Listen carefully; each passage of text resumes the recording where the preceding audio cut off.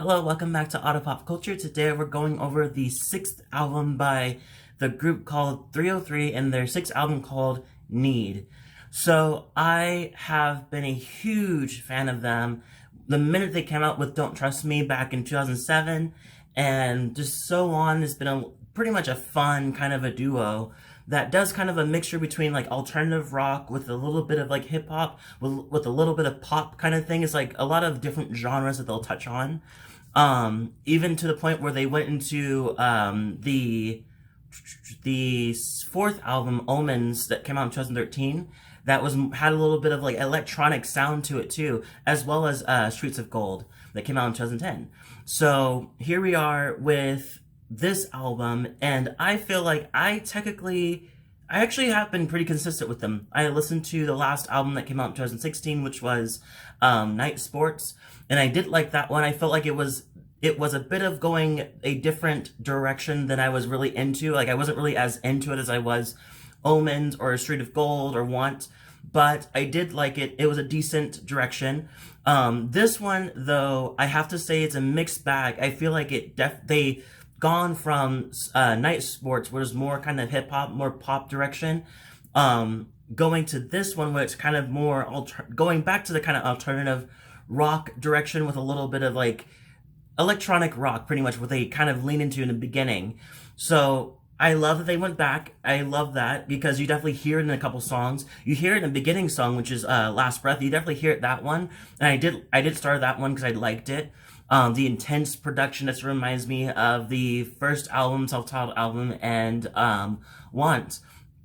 But then after that, kind of goes into the other random directions, and I know that they're very silly. They like to make fun of, like, just be silly with their albums and everything.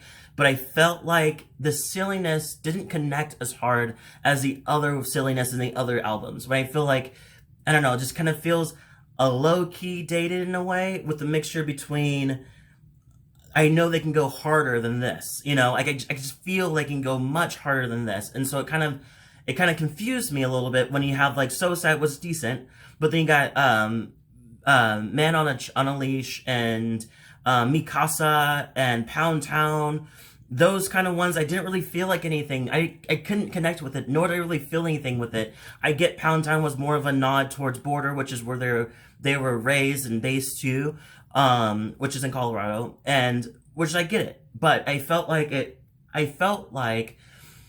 it didn't really go anywhere with those songs. Now, after Pound Town is where we start to get some type of like depth or some type of like meat, because we get into Skid Marks, which is immediately switches over to more of a emotional direction, where it talks about having high hopes after a toxic ex.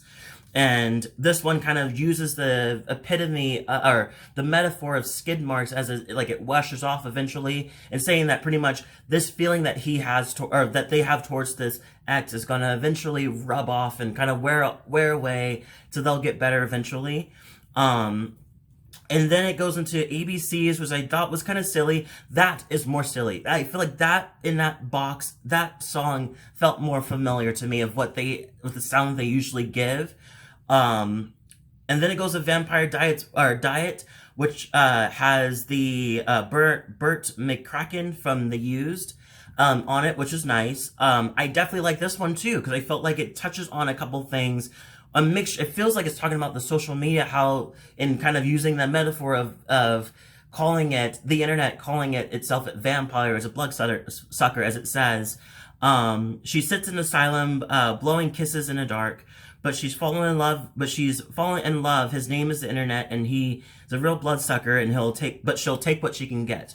Pretty much this weird space of just a cycle of abuse between each other, of having like the internet do what it's pretty much meant to do, but also a lot of this direction of capitalism and making you feel like you're not good enough no matter what you do, and you have to compete with every single person going through online. But at the same time, you're so addicted to it that you'll just take whatever satisfaction you can take from it, which is that small kind of validation you get, or a dopamine that you get from from taking a picture or seeing somebody's status or whatever, or getting a like. And then it goes Taco Tuesdays, which I want to give a good nod to it because I feel like it is saying something, but I'm not sure what it's saying. but maybe it's kind of over my head. The last song though, which is one of the singles to this album, the first single to this album actually, Lonely Machines featuring 100 gecs. This one's really nice. I feel like it is the epitome of 303 and their history and just what they are, and I just love it. It's all distorted. It has that kind of electric rock sound to it, and it's still saying stuff. It's talking about. I love that they nod to the direction of "Don't Trust," where she says, if your boyfriend still has beef, that's one or tell your boyfriend if he still has beef that over time, if any, it's gonna give him heart disease. It's like a weird kind of like nod to that, but also pointing out it's like more of a risk, like adding more silliness to it, which I like. One sentence that stood out to me was, all these new aged converters are just boomers on the weekend. It means something to me. I don't really know what it is, but it definitely feels like it's saying something right there. And I feel like I don't know, like maybe that we're not, as much as we feel like we're part of some new age, or we feel like we're advancing to some new idea of something, that we're pretty much just recycling the same direction. It reminds me of the whole thing of like saying the 70s, where you had or not 70s, 60s, where it was like free love and like peace and against the war or whatever, and everybody was down for that in that kind of generation.